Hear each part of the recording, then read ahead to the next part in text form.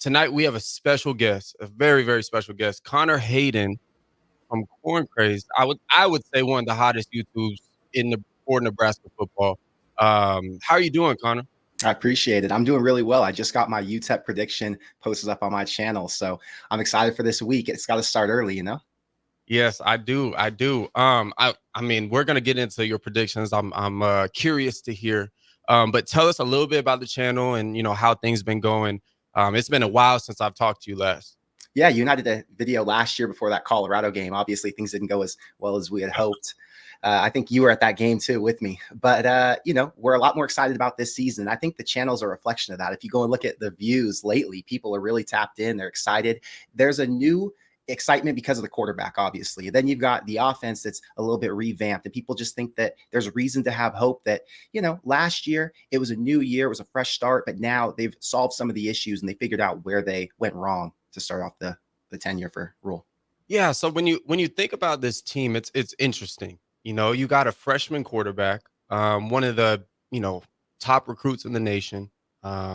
You got a defense, I would say probably top 15 going into this year. I think that's fair. Yeah, Top 15. Top 15. And then we look at this offense, so many question marks. We'll get into it. But what are just your overall first thoughts of, going through camp? Now we're at week 1. What are your thoughts on this team? I think the most important part is that they figured out how to get a passing game. And the start was to get receivers in there. They didn't have the depth last year. You saw a few injuries. And then once they were depleted, it was hard to let Harburg or whoever else was playing quarterback at the time find reliable weapons downfield. Now you've got multiple guys in there. So worst comes to worst, you can go into the depth. And those are guys who it sounds like are playmakers that the staff will rely on. I think that from a running back standpoint, you've got guys who obviously have proven it. And I think 3 or 4 of them have been starters already in their career. So when you have that many guys who are proven assets, it makes you feel like, man, again, even if a worst comes to a worst situation does occur, they're going to be able to go into that depth and they're going to be able to go and play 13 games this season. No problem. Yeah, I mean, so Nebraska just released the depth. You got a chance to view it. I'm assuming, right? Yep. Yeah. So there was a couple like, I wasn't so sure that Nebraska was going to go that way, but it excites me that they are. The first one, my first big excitement, and I would say the one I'm looking most forward to is our slot receiver, Bonner at slot. I think that's such an important role. If you look at what he played last year, he came in as a receiver, right? When I was there, he was a receiver, strictly outside, right? Next year, they want him to put on a few pounds and kind of play that third tight end, that kind of hip tight end, never really with a hand in the dirt, right? And then go back and play fullback too, H-back as well. So when I see a guy like that, and now you put him at slot, it's super different than the traditional slots we've had in the past. We look at 2 years ago, I mean, even last year, we look at Lloyd, a real burner, right? We see right now that he's working on the outside, right? I'm sure there'll be some packages where he goes in, some formations where, he's the slot receiver, stretching the defense. I'm sure we'll see that. But as the true slot, I call him Wood, my bad. Bonner, we see Bonner in there. We look at Trey Palmer, that's the type of slots we've had. Samari Toure, Wan'Dale Robinson. And so now we get a 6'1", 6'2", 225, 220-pound slot, right? Who just played fullback, just played H-back. I think it's going to be super interesting to see. And then obviously the backup being IGC, real experienced receiver. What are your thoughts when you see Bonner in that slot? I think the primary deal is the size, right? So you just talked about how you had Palmer, JD Spielman, Wan'Dale, guys who are all smaller. When you look at the entire receiver room, they just got bigger. Banks is 6'3", 6'4". Nair 6'3".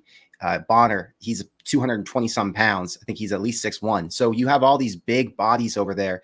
And number one, they're tall, but they can make plays after the catch because they're heavier. They're more durable. When they go and play against better defenses and stronger guys at places like USC, Ohio State, they'll be able to take those hits and deliver them. So I think just getting bigger as a team is what's going to set Nebraska apart. I went to the Michigan game last year, and I saw on the sideline how big the Michigan dudes were. And Nebraska just didn't have that size to match up. But you see what Rule's trying to do, recruit and develop guys into NFL bodies, and it starts with their size. Yeah, 100%. And even the third guy on the slot list, like a lot of people are, don't really know what type of role he's going to play. He's a freshman, Carter Nelson. Super interesting body type. I'm sure later down the line, I'm guessing this offseason, I'm assuming this offseason, he'll put on the weight to be a tight end. I don't think he's going to stay at that receiver position, but a lot of people are high on him. A lot of people thought maybe, he was going to be maybe the second guy in the slot. I would imagine he not only plays slot, but also works in with the tight ends as well. Has there been any talk about, on your channel about Carter Nelson and what he provides to this offense? Yeah, we talk about Carter. I've had people who are close to him reach out to me, and ever since he was getting recruited to Nebraska, and they were always giving me insight. And they told me when he was, I think, a freshman or sophomore in high school, he was going to be a special player. So I've been keeping tabs on him forever, even though I didn't know if he was going to come to Nebraska or not.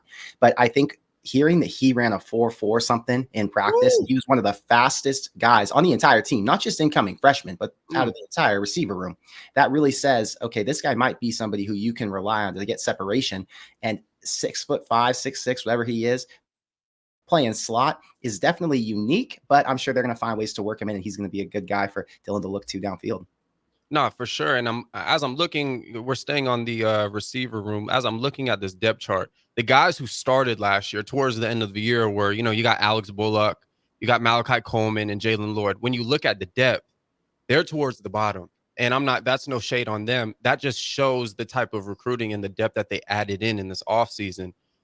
So I'm super excited. And so when I think about the 0 through 9 single digit jerseys, right? I'm sure you did a video on it, but when I see Jamal Banks at that number 4, I'm like, okay, maybe that's our guy, right? Because I said this from the beginning. In every year, there's never, last year was a strange situation, but in traditional football, in the offensive rooms, there's always a receiver that emerges to the top. And I'm kind of sensing and I'm kind of feeling, just kind of what I've been hearing and whatever, that, when we get in that 3rd and 8 situation, that 3rd and 12, that Jamal Banks is going to be our guy. What are your thoughts on Jamal Banks? First of all, getting the single digit number, and what do you think his role is going to be on this offense? Yeah, well, the most important thing here is that you heard so much about Isaiah Nayor. He was the star in that recruiting class because of what he did at Wyoming, obviously coming over from Texas, where he was working with some of the best receivers, coaches, and quarterbacks in the entire country. Jamal Banks came in, and he was obviously a popular name, but the focus was on Nayor. Now that you hear Banks might be the key, it's like, wow, you actually have 2 guys who could be studs. We're not just working with 1 star. You've got 2 potential breakout players there. So that's the first point of emphasis. There's 2 receivers here who could be NFL talents, and that gives Dylan a ton of opportunity. Then you talk about Banks earning that single digit. You watched the Chasing 3 episodes on YouTube, and he was one of the leaders, clearly. He spoke about some of his past, his family, his connection to Nebraska, why he came. And then you hear Rule talk about him in the press conference. And it just sounds like he's the mature leader that Nebraska needs in that room. When you have so many young players coming in, Ja'Cory Barney's going to play. And Malachi Coleman's young, Jalen Lloyd's young, but you have a senior guy from Wake Forest who's already had 3 seasons where he's gone over 500 or 600 yards. That experience, leadership, maturity is just going to help that room grow and develop. So I'm excited that he's on the team. Nah, for sure. And what was the stat, Harrison? I think it was like 54 catches last year, 56 receptions, 0 drops. 0 drops. Over 600 yards. That's the type of guy we need. Mm-hmm. That's the type of guy we need. And so, wrapping up with the receiver room, I think they're going to be fantastic. Now, moving on to where I think will relieve a lot of pressure from Dylan Raiola and the offense is the running back. And Ramir Johnson got a bunch of oars on there right now, but week 1, right, expected it, right. And we kind of see Ramir as the quote unquote starter. That or kind of means 1 and 2 type deal. So we expect to see all 3, right? That's what the depth is telling us. So we're expecting to see Ramir Johnson, Emmett Johnson, and Gabe Irvin Jr. But throwing Ramir in that start, you had to throw somebody, right? So throwing Ramir in there means something. So when I think of a running back like Ramir, I think of a real downhill runner. I think of a great pass catcher. I think of a third down back as well. He's very smart IQ wise. He's able to pick up blitzes. He's not scared of any of that. And also special teams, of course, kick returner and stuff. So when you see Ramir as the quote unquote starting running back, what are your first thoughts? And I watched the video, Connor. I saw you predicted this exact lineup. So what were your thoughts back then? And obviously, what are your thoughts now? I think Ramir has the most upside, right? He's versatile. And when you look at what the offense is trying to be and have this running back be an outlet that Dylan can pass the ball off to, Ramir can catch the ball the best out of any of those three that we're talking about. Last year, because they were going to be a downhill run team, it looked like Gabe Ervin was going to be the number one. But I just think the way the offense is shifting, it makes sense that Ramir takes that position. There's a lot to be said for Emmett Johnson, though. He came in last year. I think he started 6 games after Anthony Grant, and I can't even remember who the other back was last year. But regardless, Ramir is now stepping in after he has a year off where he's in a basically pivotal moment. This is the make or break season. He's a 6th year or 5th year senior. This is his one opportunity. He's fully healthy and ready to go. We saw a lot out of him in 2021 when he led the way for that team, the best 3-9 team of all time. And I'm just really excited to see what he can do as a guy who's not just a running back, but more of a get out of the backfield and catch balls in the open field back. Yeah. So when I look at this running back room, it's interesting the body types. So we got, obviously 5'10", 200, 5'11", 200. So I would say Ramir, although there are different 200, Ramir's a little bit slimmer. Ramir's a type of 4'3" guy, really, to be honest. He's that type of fast. And then you got Emmett, kind of this more elusive back. I would say in like more zone, more gap schemes, those type of schemes, I would love Emmett in those. But then we get Gabe. And it's going to be interesting to see where Gabe fits in this because, 220, 225, 230, around that body type. Getting him in like some 3rd and 1, 4th and 1 situations kind of leads me to my next thing. Obviously, we got Dylan as starting quarterback, and we'll talk about, expectations for him and what Rule had to say. But then looking at Haarberg, what role do you think Haarberg plays in this offense? My personal opinion, what I would like to see him kind of Tim Tebow freshman year at Florida, 3rd and 1, 4th and 1, QB power, QB trap. Like everyone knows we're running downhill, fullback lead with a QB dive, like that type of things. What do you expect to see from Haarberg? Obviously if he gets in, but what are your initial thoughts on that? Expectations versus what reality is going to be is tough because I'm not on that coaching staff. I haven't seen what they're doing over there with them, and they're keeping it pretty under wraps. Even today, people were asking about Haarberg's role, and Rule said, we want to keep things close to our chest to some degree, and you just got to watch the game and figure it out, right? If I was the coach, I would want to use him as much as I possibly could, kind of like how you said. Use him as a change of pace guy. Let him come in, throw the defense off, because Haarberg can also throw it, but teams are going to assume when he's in, there's a much higher percentage chance that Nebraska is going to run the ball. If they were able to go out there and do that effectively, I think it takes a lot of pressure off Dylan as well because he can come off, take a rest, and he can watch that offense go to work and go downhill run game option, however they want to use Haarberg. But he's a trustworthy, reliable quarterback who's already won games, so he deserves playing time. It's just how much do you give him? How much do you want to protect him? Because we saw what happened last year. We've seen it every year at Nebraska. They can't make it through a season healthy. It doesn't feel like at quarterback. And so you want to make sure that you've got the depth to make it to game number 12, game number 13, all the way to 16 this year because you got the playoffs. So I'd be hesitant if I was a coach, and I wouldn't want to use him too much. But like you said, if you use him once in a while, like Tebow in the freshman year, it should work out okay. Yeah, I like that. That is a great point right there. And of course, 15, Dylan Riley at quarterback. And my thoughts or my initial, going into camp, my questions were, how are we going to use them week 1? Are we going to kind of, ease them into it? Are we going to, keep it simple for them and, not throw too much at them? And I just saw an interview right before we hopped on, and Rule was like, we're not easing him into anything. Him with the way he plays as a junior is the way we're expecting him to play on week 1. So it's interesting when I hear that. I'm like, okay, like that means, first of all, he's shown that, because you don't expect anything out of a player that he can't provide and give you, right? So it shows me that he's done that in camp, right? He's done that, throughout practice. And secondly, the pace of this offense now, what in my mind means that it requires for Dylan to be on point. He said, yeah, we're just going to call a play and Dylan's going to have to go through his progressions. So the play calling isn't going to be adjusted. And that's what I love to hear. I want to see a complex offense with a high caliber quarterback.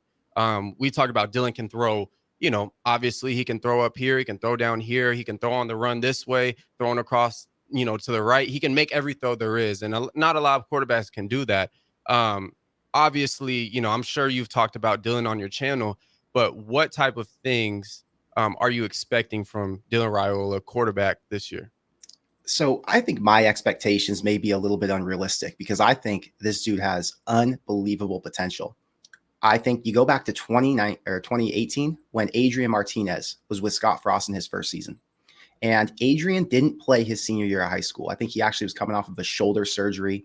And he got to Nebraska. He won the starting QB job, played in his first game against Colorado. Not a bad team back then, actually. They were pretty decent.